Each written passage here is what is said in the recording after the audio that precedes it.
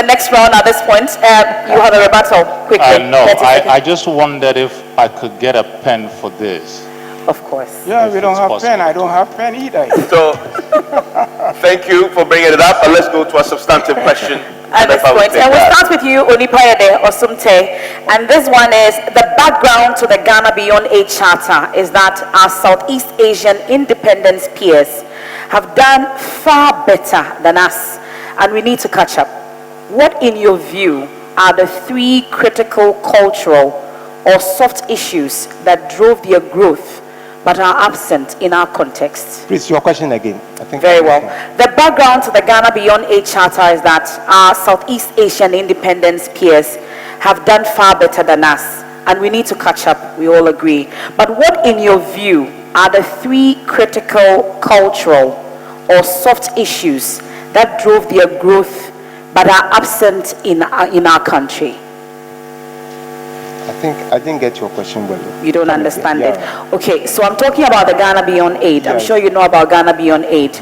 And our Southeast Asian independence countries, like countries our peers, including Malaysia, for instance, they have done far better than us, and we need to catch up. So I'm asking, in your view, what are the 3 cultural issues, our socio-cultural issues, and soft issues, for instance, that drove their growth and made them get to where they are that we do not have in our context? Okay, thank you.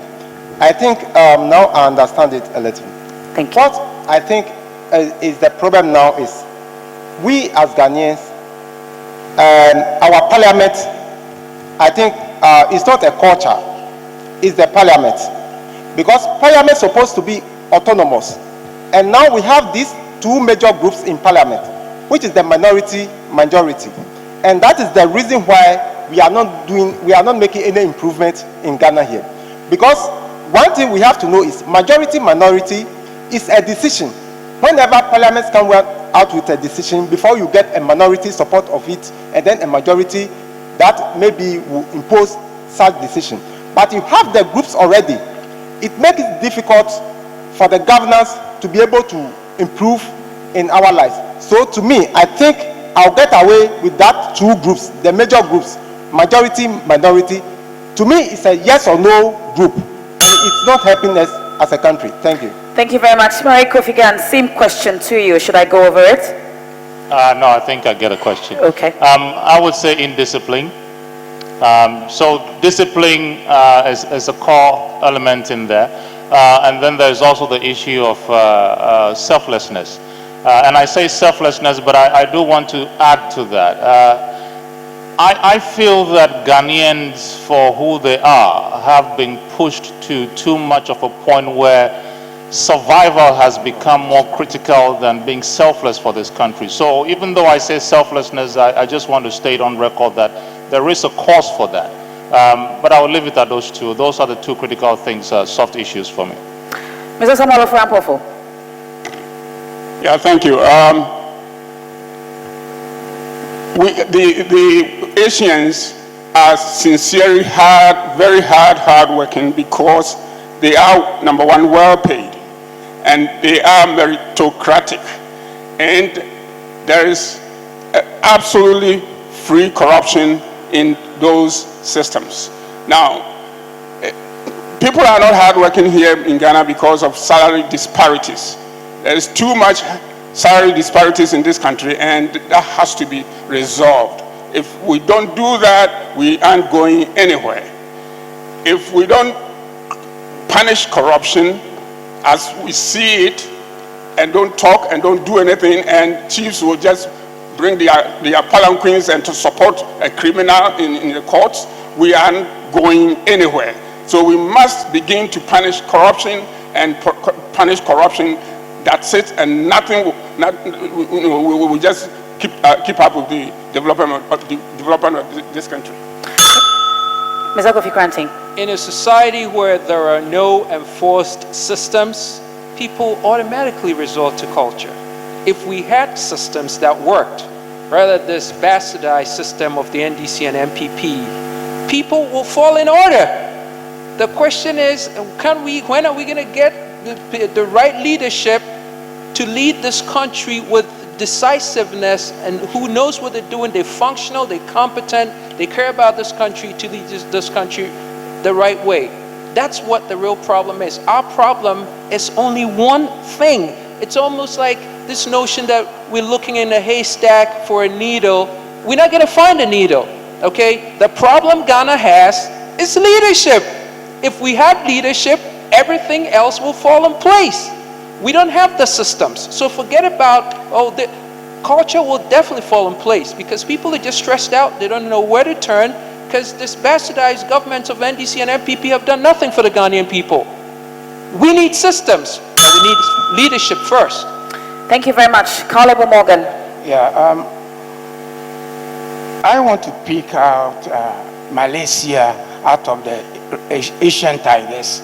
Malaysia, by the time of independence, we were all apart. They came and took seedlings of palm seedlings from Ghana. Today they are way ahead. They have industries. They build a whole lot of things. For me, the first problem was interruption of our democratic process by the military. It took so long, we elapsed. While they were progressing, we were still locking here and fighting for our survival. And again, when the system is corrupt, is corrupt-free. I've been to Malaysia before and I know what I'm talking about. Corrupt people are punished severely. In China, you are shot. So when you are able to have such of measures in place, then we can continue with our developmental agenda and get to where they are. Thank you very much, Mr. Ebo Morgan. Please bear with me and let's try once again. Dr. Tom Asise joining us via Zoom. Dr. Asise, we'll give you the opportunity once more if you can hear us.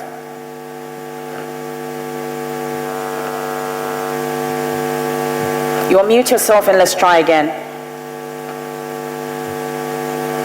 It appears he can't hear us. We'll go on to the next batch. I would, again, rounds of rebuttals on the substantive question of the Ghana Beyond and how we could, of course, catch up with the Asian tigers. If anybody wants to take it up, fine. If not, I have a quick follow-up question to this. And my follow-up question goes to... we have a problem. You have a rebuttal? Of course. Evans, we have echo in the hearing. We have any difficult to hear. Okay, I'm going to take my time again, but Mr. Kofi Kranti, you have a rebuttal. Absolutely, Evans. The problem we have, if we're going to catch up to anybody in this world, it would have to start with leadership, and we need to come to the understanding of that. It's so simple. If we don't have a leadership that's science-based, data-driven, human-centered, there is absolutely no way in this world we're going to be able to catch up and be globally competitive. We are wasting time. The time is now for us to come together, get these clowns out, because the NDC and MPP are not doing anything for us. Yes, sir. Someone for Yampafo? Yeah. I think we definitely need to start from somewhere, and that is to start getting the fundamentals of our economy right.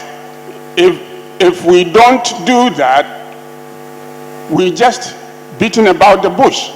The fundamentals of our economy is wrong. The bases are wrong, and it will be wrong as long as NDC and MPP continues to be in power. And therefore... Follow-up question.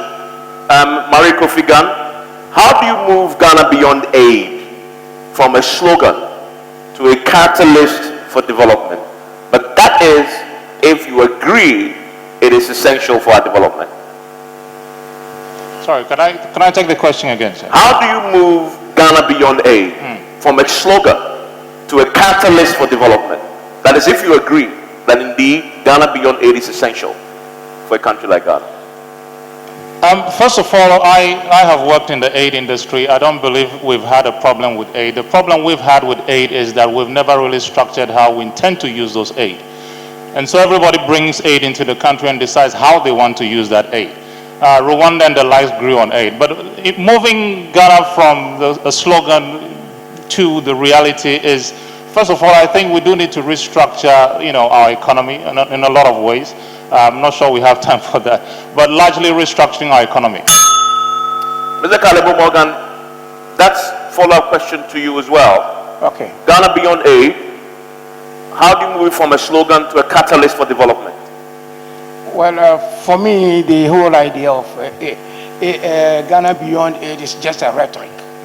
You cannot say one thing and then go back and still borrowing. There's no concrete action by the MPP government whereby we can use the mantra Ghana Beyond Aid as a catalyst for development. For me, it's just a political talk. Next round of questions, substantive. So you have 1 minute on this, and we are talking about the economy now. Let's start with an area that is very fundamental to our development.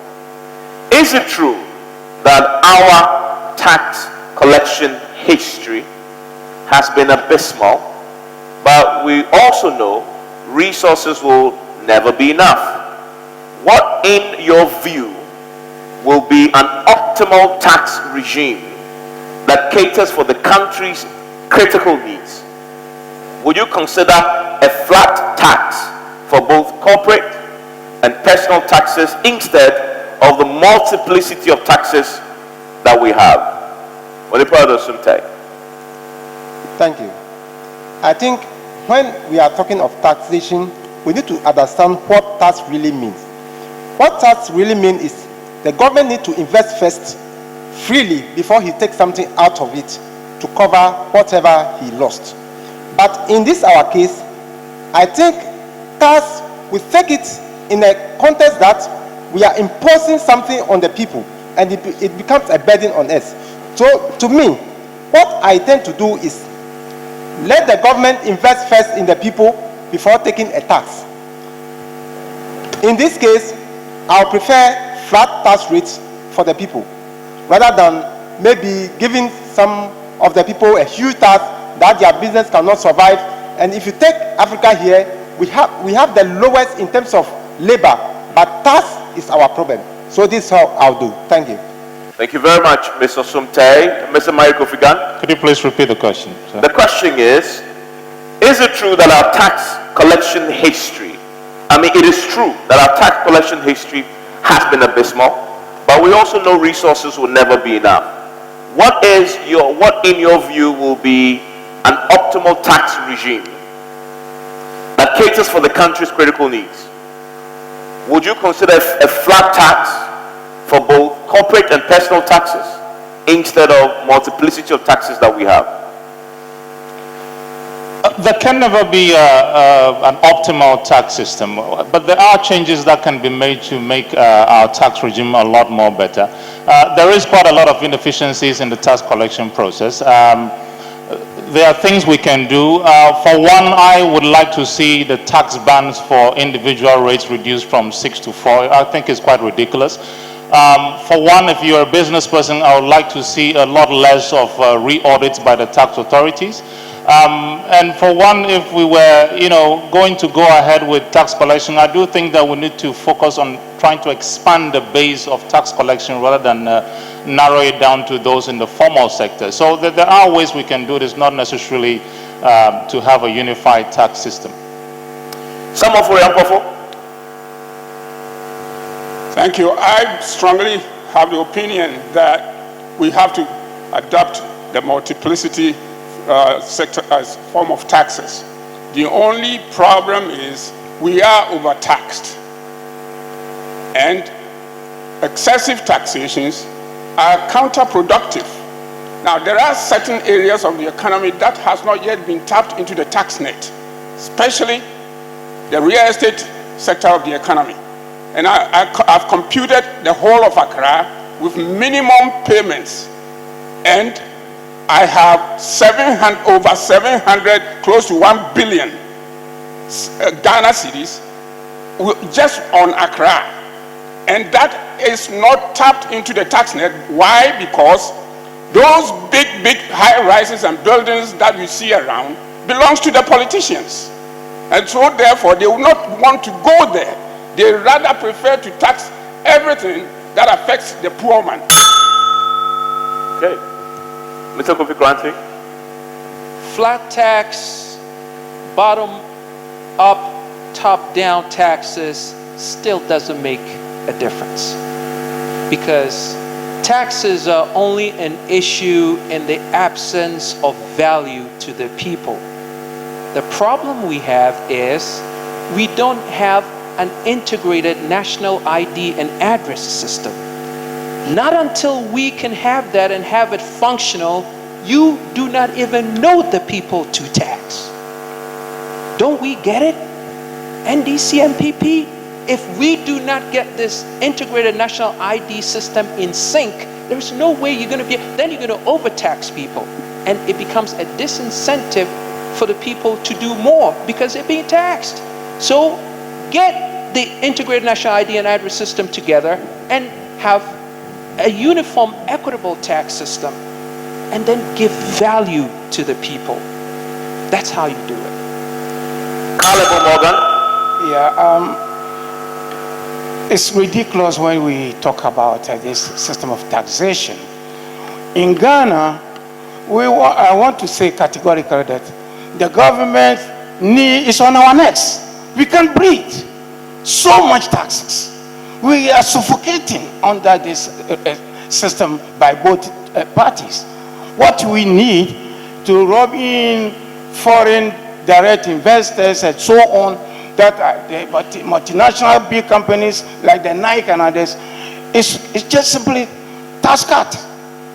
We don't need to increase the taxes. We need to cut the tax down so that it will be attractive and draw people from outside the world to come and establish businesses in Ghana, where the people will get jobs and the government will tax the workers. But if the workers are overtaxed, it becomes a problem. The government's neck and knees is on our necks. We need a breather. I see my Kofigan's hands up. Yes. Can I make a rebuttal? Yes, sir. Very Okay. briefly. I do think that there's quite a number of things that we're not getting right with our taxes. Largely, we're not doing too well with our property taxation. There's also transfer pricing, which is hugely complex that, I have been an accountant and a tax person myself. We lose a lot of money from transfer pricing. I know the government has tried to do a lot with shifting that around. It hasn't succeeded in that. But more critically for me is that Ghanaians don't see what their taxes are being used for. It is absolutely no motivation for people to continue paying taxes. We're going to move on to the substantive question, which is related. You can come back to the MFAP. I will take that. Because time is not our best ally, so we'll take a number of questions and then later on we'll make time for rebuttals. We'll go on to the next question on unemployment. And I'll start with you, Mr. Mari Kofigan. Some believe that government employment schemes often do not have corresponding value addition to the economy. So what's your assessment of state employment schemes such as JIDA, NAPCO and others? And what different things would your government do to tackle the unemployment problem in Ghana?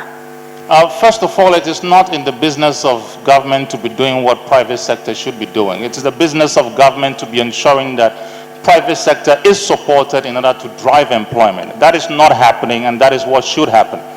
The other thing I want to say quickly is that it is government's duty is to skill up its people and then get them to the private sector to get out there and work.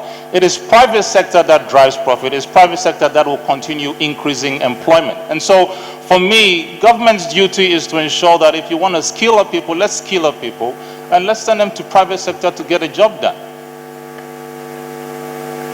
Thank you very much. Samuel Ofriampofo, your turn.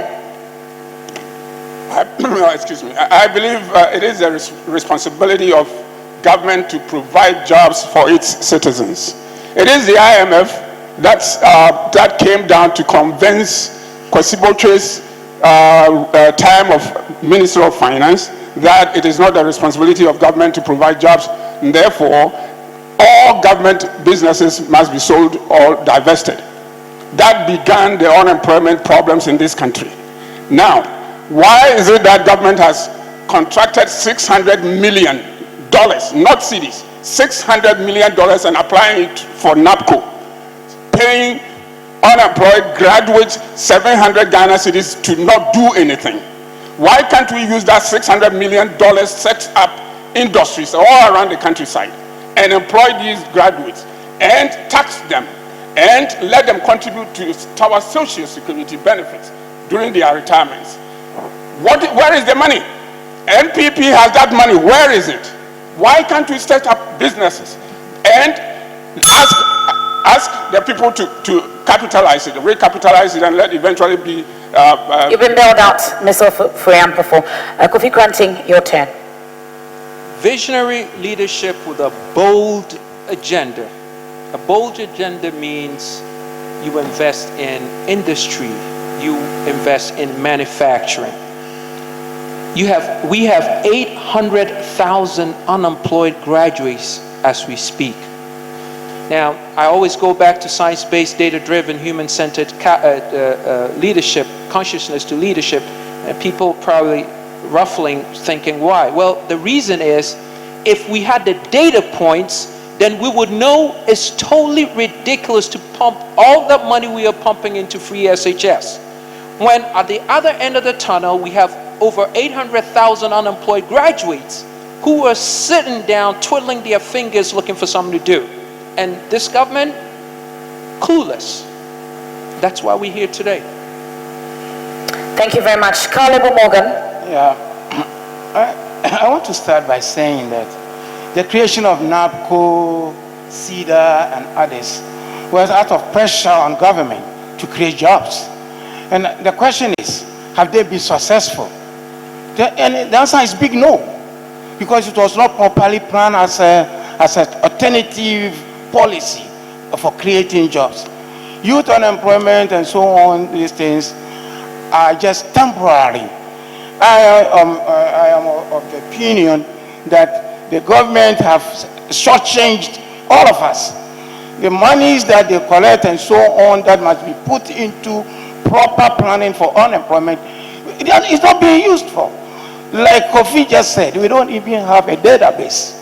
So how many unemployed graduate whatsoever, they are all speculative.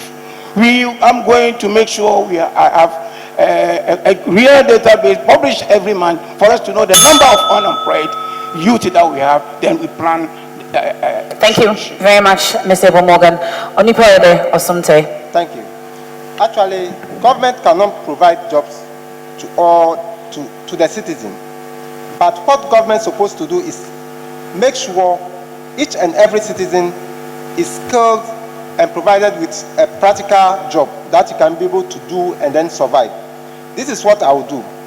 Our education sector, we are going to do more of practical works than the theory. Because when you do theory cannot give you anything unless you wait for the government to provide you with a job before you can be able to do it. But if you have your skills, when you come out from school, you will not form unemployment association. You have your skills, so all that you need is a small loan or a support to be able to set your own business up. Thank you. Thank you very much, gentlemen. We're going to move to a very substantive area, education. And I'll start with you again, Samuel Furiampofo. The country is experiencing a major shift of public resources towards secondary education, weakening the basic foundations of our public educational system. What is your assessment of the current social protection schemes in education, especially the free SHS and teacher training allowance? What will be your vision in this regard if you win an election?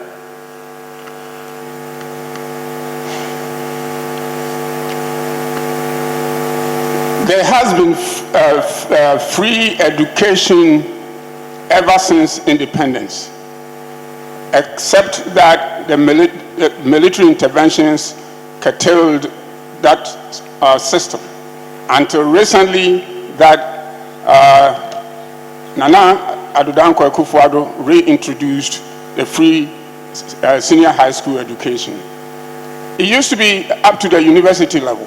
So I am not here to say that, I won't stand here and say that free SHS is a bad idea. No. Educated citizens are better informed to make better decisions. And therefore, that's fine. But it appears that it was just done in a rush. And that is the reason why we are now facing that shift systems. Now, Kofi Krante. Emphasis on STEAM. When you steam it, it's healthier. Science, technology, engineering, arts, and mathematics. Why? It's because we need to have a functional education so that our youth will be balanced in what they know. You see, the whole middle sector right now is empty. I don't know if you realize that. So we don't have trade. Trade is on the down. We don't have vocational skills for these youth. So when they come out, and that's why we have this bottleneck of 800,000 unemployed graduates, they don't have anything to do because they don't have the skilled labor. We need to develop practicum, train the students so that they can have something to do, entrepreneurial skills when they come out, so we can fill the gap. Don't pump all the money into free SHS because you bottleneck the system with no value. Now, there's nothing wrong with free SHS. It's not being planned out properly. Carl Morgan, what is your assessment of the current social protection schemes in education, especially the free SHS and teacher training allowance, and what will your vision be in this regard? Thank you so much. I want to be frank and say what I really think is our problem in this country. It's because we had free. As we speak, Mahama is saying next time he's going to give us free medical care. A time will come, Akufo-Addo or NPP aspirant will come and tell us he's going to give us free wives, free husbands, and so on. Enough of the free thing. We need to be realistic. Education, SHS is good, but the implementation, it was more political than social policy. So, these children have been pampered to believe that they are so special, and when they came to reality, look at what happened, insulting even the president. So it is our mindset, and I want to make sure the tertiary level of education becomes full fee paying. And I will explain further if I have the opportunity. That is what I want to do. But I will continue with a really planned free SHS. It's good, but implementation. Yes. Hello. What I think is the problem is our education system is not helping us anyway. So when you make it free or provide the infrastructure, you are still adding more to the problem. Because people are there, graduate, and their parents are still feeding them. So I think the practical work in the education sector will help. So that once the person comes out, he might be able to do whatever he can do to feed himself, rather than making it free or provide the infrastructure, and when he comes back, he's going to depend on the parents again. I don't think the free education or allowance will help. Let us restructure the educational system so that at least when you come out, you might be able to do something for yourself. Thank you. Mary Kofigan. Thank you. I honestly wish that this whole thing was a free educational overhaul and not just free SHS. Point taking is that this is the first time I've actually heard free meaning something you've paid for. This is taxpayers' money. There's no way we can call this free. But to the substantive point, I do think that if we're going to spend this amount of money for our SHSs, then we should as well also focus on the quality, which for me is the most important and critical thing here. My friends have mentioned quite a lot of that, making sure education is more practical and the rest. I believe that too. But I also believe there are substantive things like ensuring that teachers do have continuous professional development. Otherwise, there's no use loading those kids in school and allowing them to be taught. But I want to also say very quickly that, you know, our early years education, which are the years which people graduate into the senior secondary school, is in a shamble. And we need to deal with that. Thank you very much.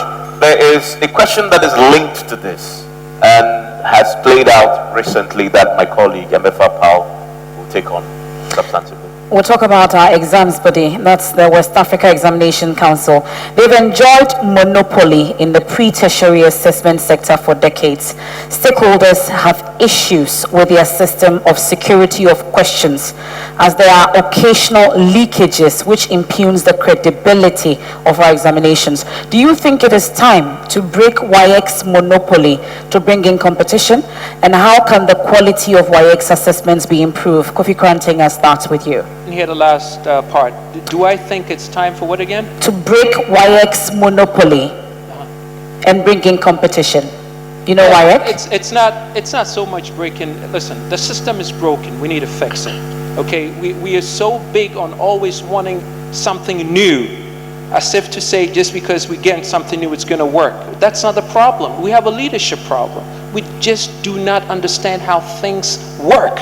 We need to start understanding that there is a process by which things work. There is a science by which things work. If we do not do that and learn the proper way of doing things, we will always just accumulate stuff, and our problems will never be fixed. 28 years of the Fourth Republic, and we're still wallowing in the valley of the shadow of death, trying to figure this thing out. It's not that complicated. Let's use the same formula Malaysia and Singapore and Japan and Sweden have used. What is complicated about this? So it's not listen, the system in WAEC is broken because we have a leadership that's broken. And it's NDC and MPP who has created this problem. It's as simple as that. Thank you very much. To the audience, our rules still apply. Mr. Caleb Morgan, to you, your question. For me, it's out of place that a teacher in an institution will teach his pupils the syllabus and so on, and at the end of the year, someone sitting somewhere will come and examine the boys. It's unrealistic. I don't get it. Because elsewhere, the teacher who teaches the child examines the child. For me, that monopoly must be broken completely and given back to the teachers with proper supervision. You teach and you lay your questions, you set your questions for your students. I still don't get it, seriously. At the university, no one, no WAEC, and nobody comes to examine us.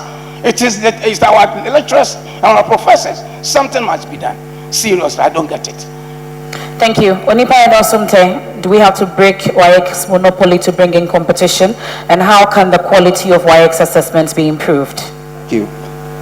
I think I have problem with monopoly in Ghana as a whole. Because monopoly is like bringing up a local champion. He cannot compete in elsewhere.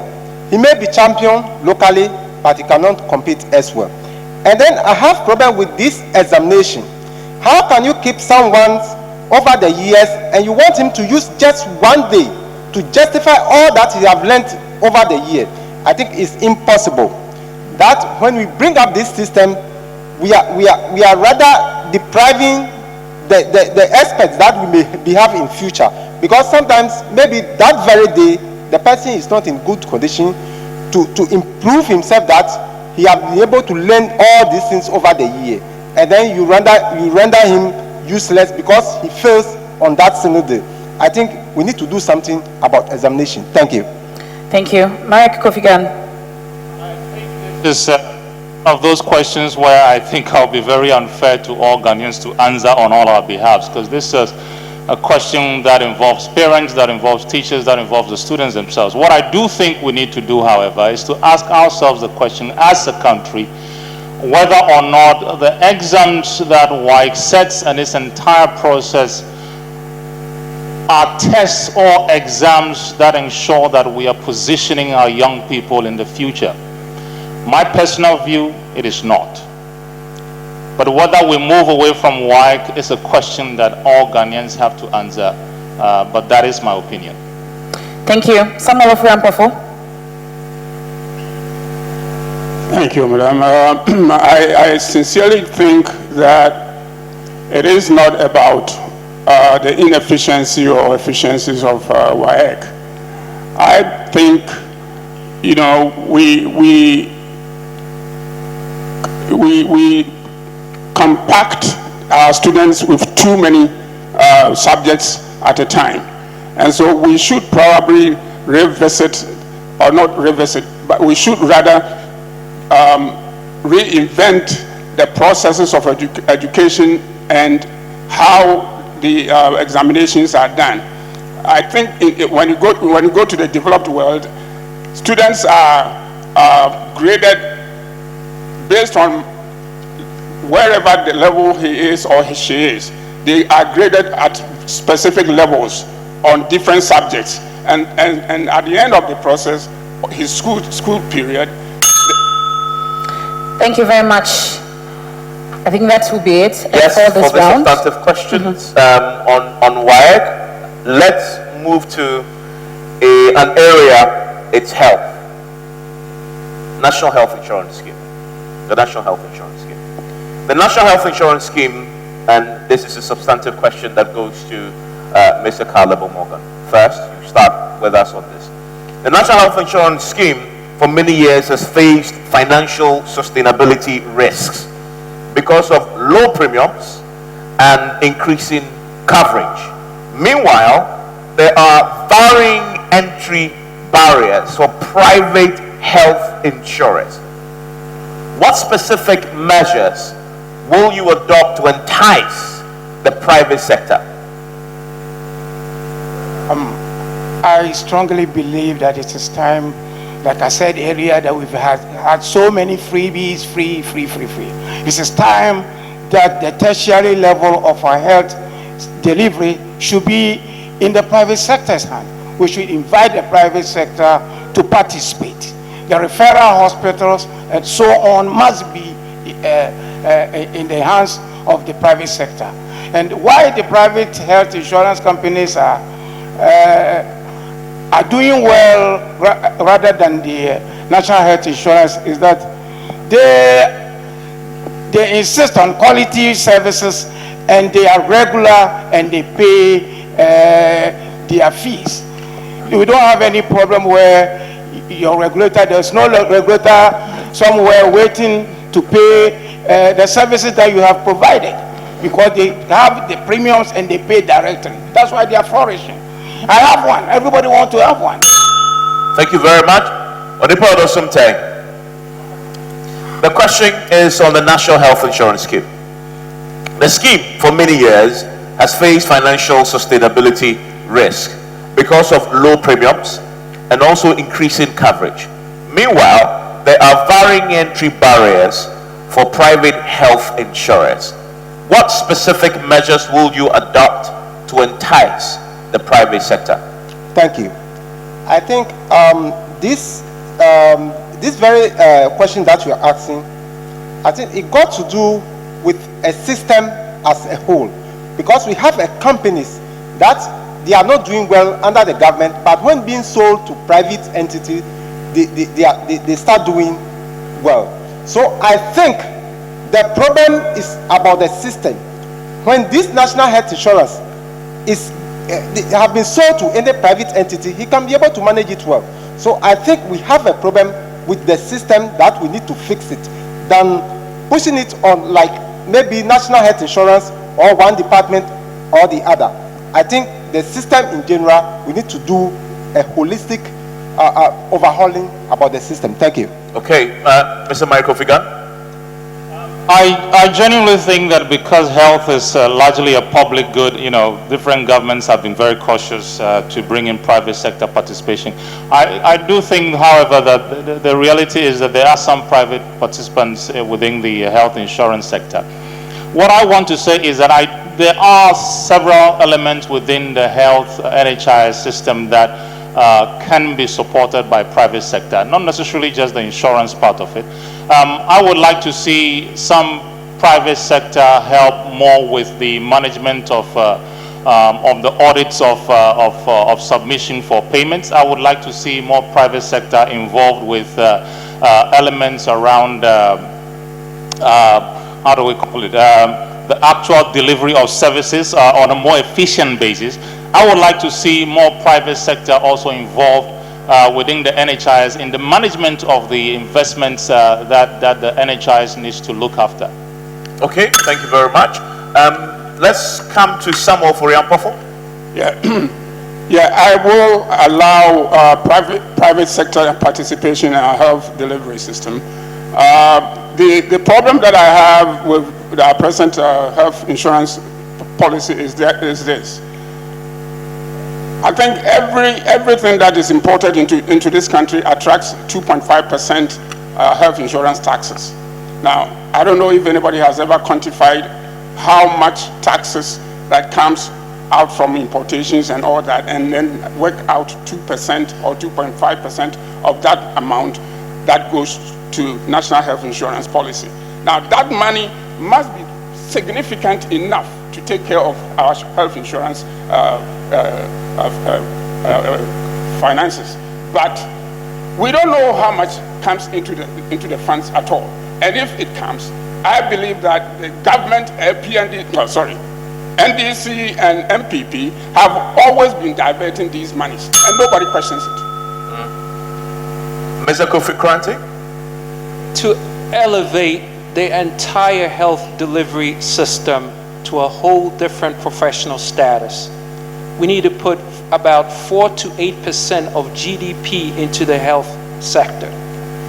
One of the reasons you're going to reduce costs is by the functional education, educating people on the way they live their lives so that they could elevate their quality of life.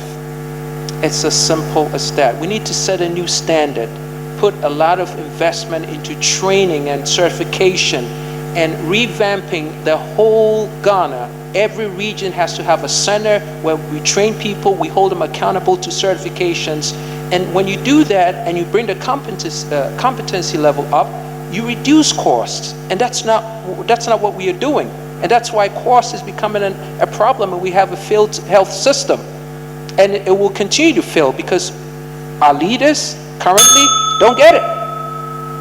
Thank you very much, gentlemen. There is one area that always is pretty packed with lots of issues. It's energy.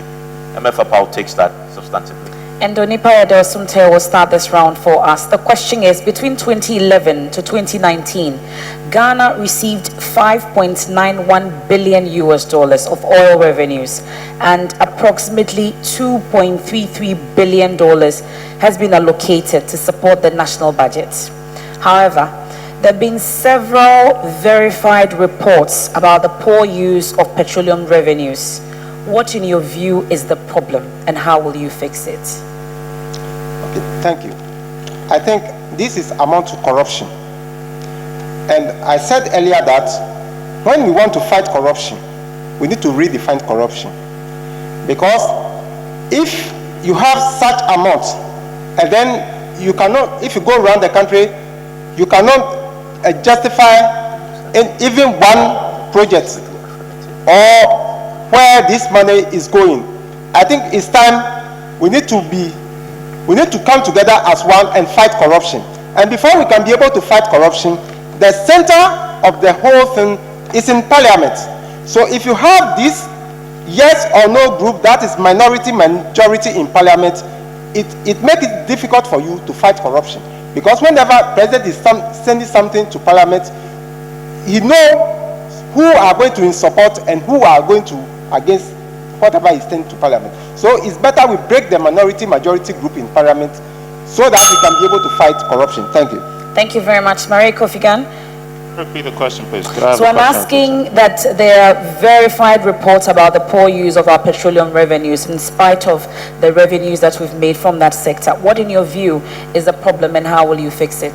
Can I have the numbers again, please? So we had 5.91 billion oil revenues, and then approximately 2.33 billion has been allocated to support the national budget. Okay. I mean, so the question is, what do I do to make sure this stops happening? Well, the reality is, you know, this is not a new problem. The Auditor General has come out several times on how money has been spent. That is the first point. And reports internationally and locally have shown that the Auditor General has done his job. What we haven't done is how we have followed up on the use of that report. And until we start punishing people who have misused monies, these things would continue. I mean, this is not rocket science, really. I was adding up, the Auditor's General's report and the amounts that have been lost in the last 5 years, and it comes up into the billions.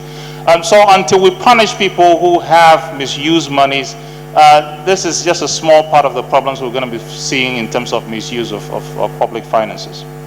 Mr. Samuel Ofriampofo, poor use of petroleum revenues, what in your view is a problem? How will you fix it? As long as we're going to be doing what we're doing all the time without punishing corruption in this country, we are not going anywhere. Look, Tema Oil Refinery sits idle. I'm sure if the question is put to us right now, we will all say the refinery has not been functional over the last several years. I have credible info that they refine private crude oil in the refinery, and the person ships the refined product outside of this country. Who owns that? But they claim we cannot refine our own crude oil in this country when we have Tema Oil refineries sitting, and refining somebody's private crude oil. Now, the whole thing, the bottom line is corruption. The system is broken. The system is broken. NDC, NPP must just be fired. We need competent people in the helm of governance. That's it. Thank you. This country will develop 1 million times better. Mr. Kofi Kwanting. We sell all our blocks. We all know that. We sell the blocks to foreign companies. How can we possibly get anything out if we sell it before we think of even refining it? TOR is operating at less than 50% capacity, so we're not able to even meet the domestic demand. So we have to import, and that's where the problems begin. Why is TOR not able to produce at full throttle? Well, we need to ask the NDC and MPP. Nothing we do in this country works, and somehow we accept it like it's okay. That's the problem. The problem is, why is TOR not operating at full throttle? Nobody can answer that. But now we want to buy crude oil from Nigeria and they charge us a ton and a leg. This doesn't make sense. Thank you. Carl Ebo Morgan. I agree with Mr. Ampofo's assertion that is out of corruption that all these things are happening. With such amount are allocated for the budget, to support the budget, and in the budget, agencies and departments come with their budget, and they are approved, and this money is dispensed. Lack of supervision from nobody. The Public Accounts Committee examines the budget or the expenses after they've spent and gone, sometimes when they are gone. So whenever I was listening to a point when they raised the issue of embezzlement, the one of the members said, we should forget about the past and move forward. The question was going on, how are we going to safeguard the public past? It's sad. It's corruption and lack of supervision that's causing all that. Thank you very much. We would take a final round of questions, and this is Mr. Sumte. I see your hand up. Or there is rebuttal. You want to take a rebuttal for 30 seconds? Yes, please do. I think corruption internally, but externally, those that are giving us this loan and grants. If you are a bank and I write a proposal to you and you ask me what am I going to use that money for before you give me that money, you need to do a follow-up to know that whatever you are giving me gets to the people. So to me, I think those that are giving us this loan must be careful, because when some of us get the chance to be in power and we do a research and we found out that you just gave the money out without doing any proper checks, I don't think your loan will be paid. Thank you.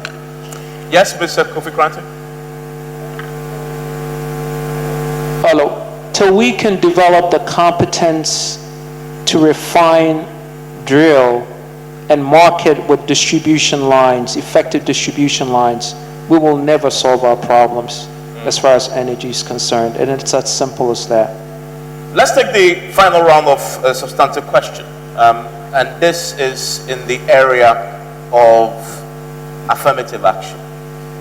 This is one of the areas that, of course, my colleague Yemefa Pao feels very strongly about, gender and affirmative action. Do you believe that women have been disadvantaged in critical spheres of life in Ghana? If no, why do you think the perception persists? If yes, what strategies would you put in place to reverse this? And this is Mary Kofi Gan starting off this round. I'm disappointed that he didn't allow MFA to ask that question. But I'll answer MFA nonetheless. What I do want to say quickly about that is that, yes, I do think women have been left behind. I mean, women make about 51% of this country's population.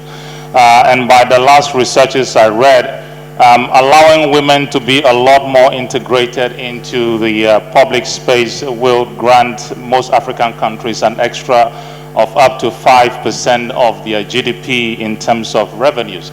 What I do want to say quickly is that there are several ways we want to go around this. One of them is setting up funds to ensure that women rise to the highest echelon of management. Those are already in our manifesto, but also to ensure that we bring a lot more women into the public space intentionally. Okay, Mrs. Samoforiampofo. I have a good feel that women have been well treated to a large extent in the administration of this country. At least, if not at all, we have had 2 women occupying the offices of Attorney General and the rest of them.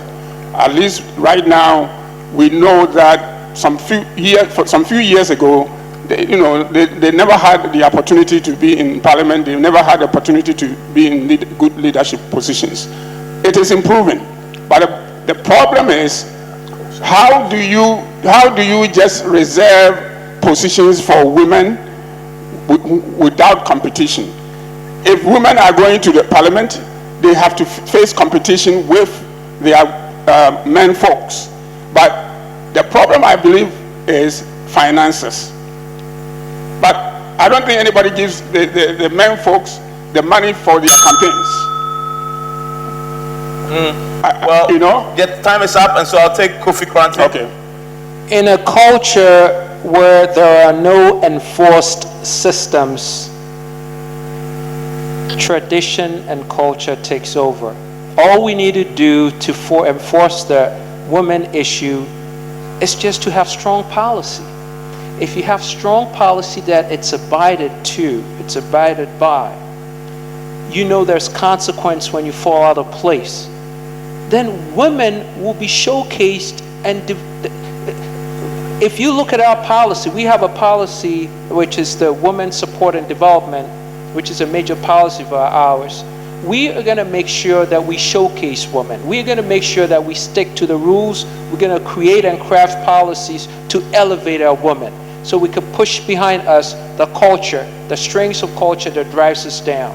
And that's all we need to do. We need to have enforced systems to elevate our women. Thank you. Thank you very much. That's Caleb Morgan. Hello. I believe in affirmative action. Our women must be aided to come to the fore and the level that the men have reached. We have even failed in certain areas, especially the UN recommendation for women inclusion in governance. In Africa, we can say it's only Rwanda that has been able to pass even the recommendation. Our political parties, their own arrangements to give 30% of the seats uncontested to the women has never been fulfilled.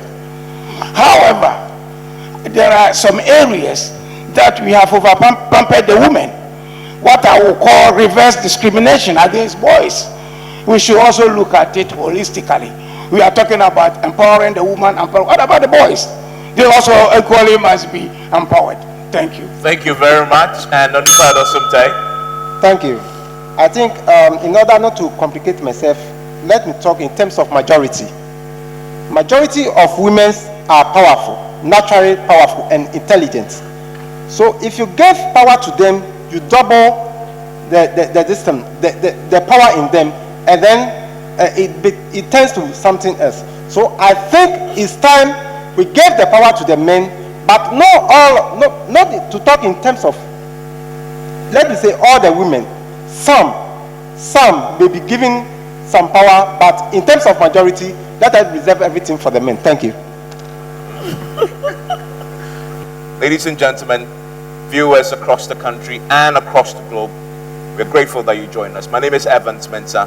They have argued their points and shared what they believe will work for the nation.